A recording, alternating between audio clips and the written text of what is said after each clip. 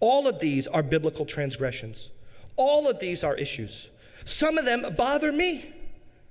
But when I see them in our one community newspaper, and it's an event that happens on Shabbat, it's an event that's not kosher, it's a program or an activity that incorporates the mixing of wool and linen, or it's a Jew by patrilineal descent, I turn the page.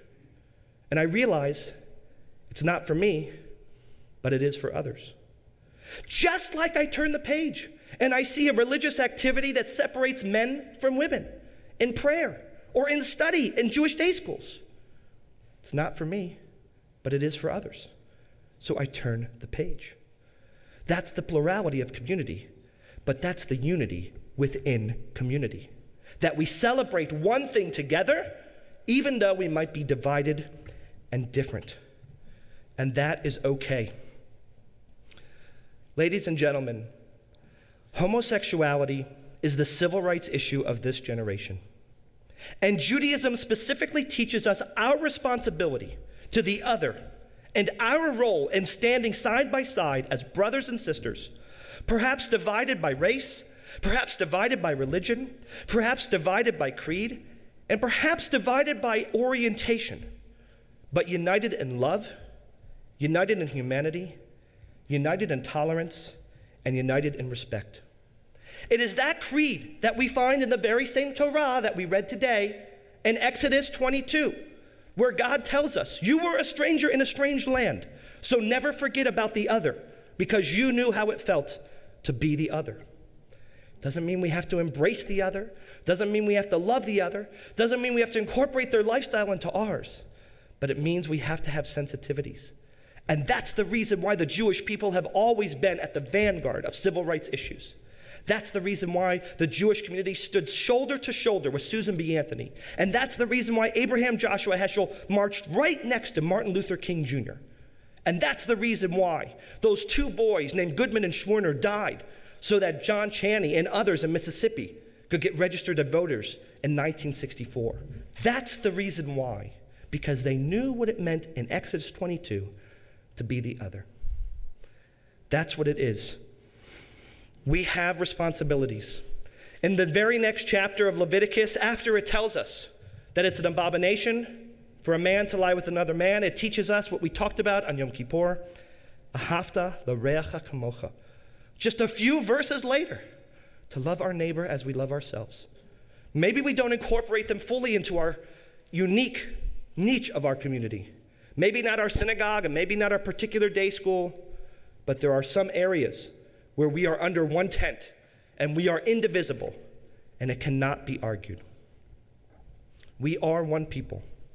We are one nation. We are brothers and sisters. When Moses went to Pharaoh and said, let my people go, he didn't say, let my hetero people go. He didn't say, let my homo people go. He didn't say, let the men and women, children, and go. He said, let my people go. Let the Israelites go. When Moses came down from that mountain with the 10 Commandments in his hand, he didn't say, these are the laws for the men, or these are the laws for the women, or these are the laws for everyone but the priests. He said, these are the laws for the Israelites. All of us had the exact same laws.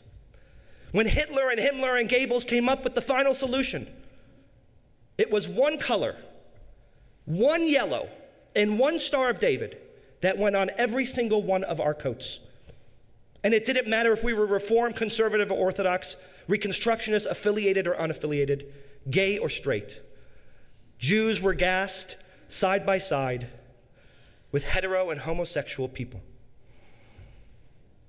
And when Herzl and Ben-Gurion dreamed of one nation called Israel, it was one nation for all Jewish people, one state.